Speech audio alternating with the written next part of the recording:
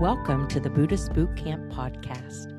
Our intention is to awaken, enlighten, enrich, and inspire a simple and uncomplicated life. Discover the benefits of mindful living with your host, Timber Hawkeye.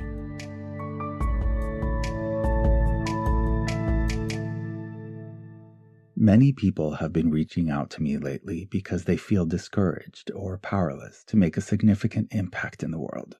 In an ongoing effort to get to the root of our impulse to complain rather than to make a difference where we can, I hosted a group discussion about this topic in Ventura and in Los Osos, California, as well as online over Zoom, to which all monthly supporters from all over the world are invited every month.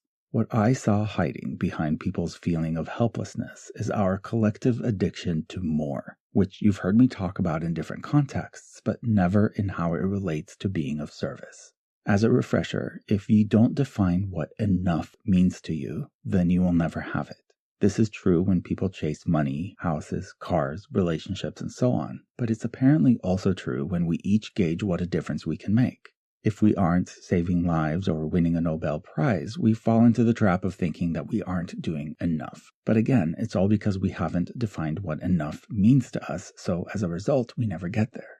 Think of the Titanic sinking and the different ways passengers reacted, at least in the movie. Some panicked and ran around screaming. Others snuggled together and peacefully accepted the inevitable. A few people jumped ship. More than a few looked for someone to blame. And when the band started playing music as the boat was going down, I initially thought it was silly, but now I realize that improving or soothing a few moments in someone's life is the best use of our remaining time together. If you don't think that's enough, is it because you generally believe nothing is? I think of my friend Michelle, who is obviously unable to single-handedly upend legislation or keep the Arctic from melting, so she decided to join Visiting Angels instead.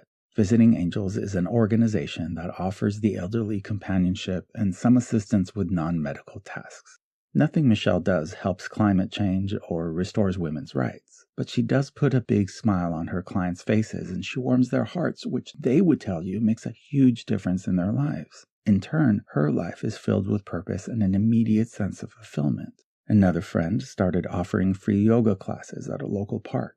At first, a couple of people participated, and he recently told me the community has grown to more than 50 people who come together for a sense of unity. Is he reversing executive orders or taxing billionaires? No, but he enriches the lives of so many people on a daily basis, and they, in turn, enrich his. Do my speaking engagements or podcast episodes cure cancer? No. Does that mean I'm wasting my time? If I suffered from a compulsive addiction to doing more, then I would never think anything I do is enough.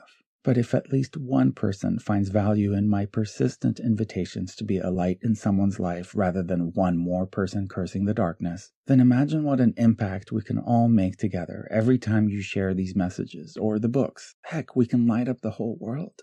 I have always associated our addiction to more with greed. But when it comes to not enoughness as it pertains to making a difference in the world, it is apparently rooted in people-pleasing.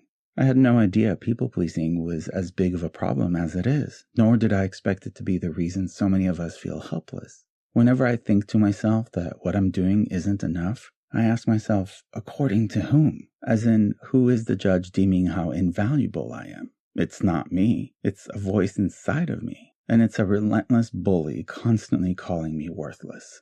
People-pleasing is not a friendly habit of doing kind deeds for others. It's an underlying fear of rocking the boat, often rooted in childhood trauma or associating our self-worth with grand accomplishments. I would go as far as to call people-pleasing a disease and venture to guess we are all infected.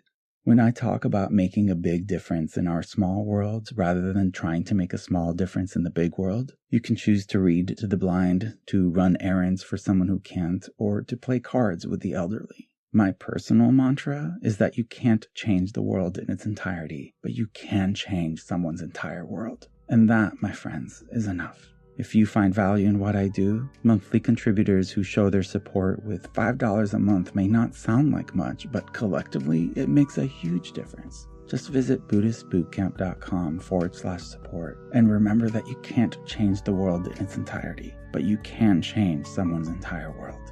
Thank you for being a soldier of peace in this army of love. I appreciate you. Timber Hawkeye is the best-selling author of Buddhist Boot Camp, Faithfully Religionless, and The Opposite of Namaste. For additional information, please visit BuddhistBootCamp.com, where you can order autographed books to support the Prison Library Project, watch Timber's inspiring TED Talk, and join our monthly mailing list. We hope you have enjoyed this episode and invite you to subscribe for more thought-provoking discussions. Thank you for being a soldier of peace in the army of love.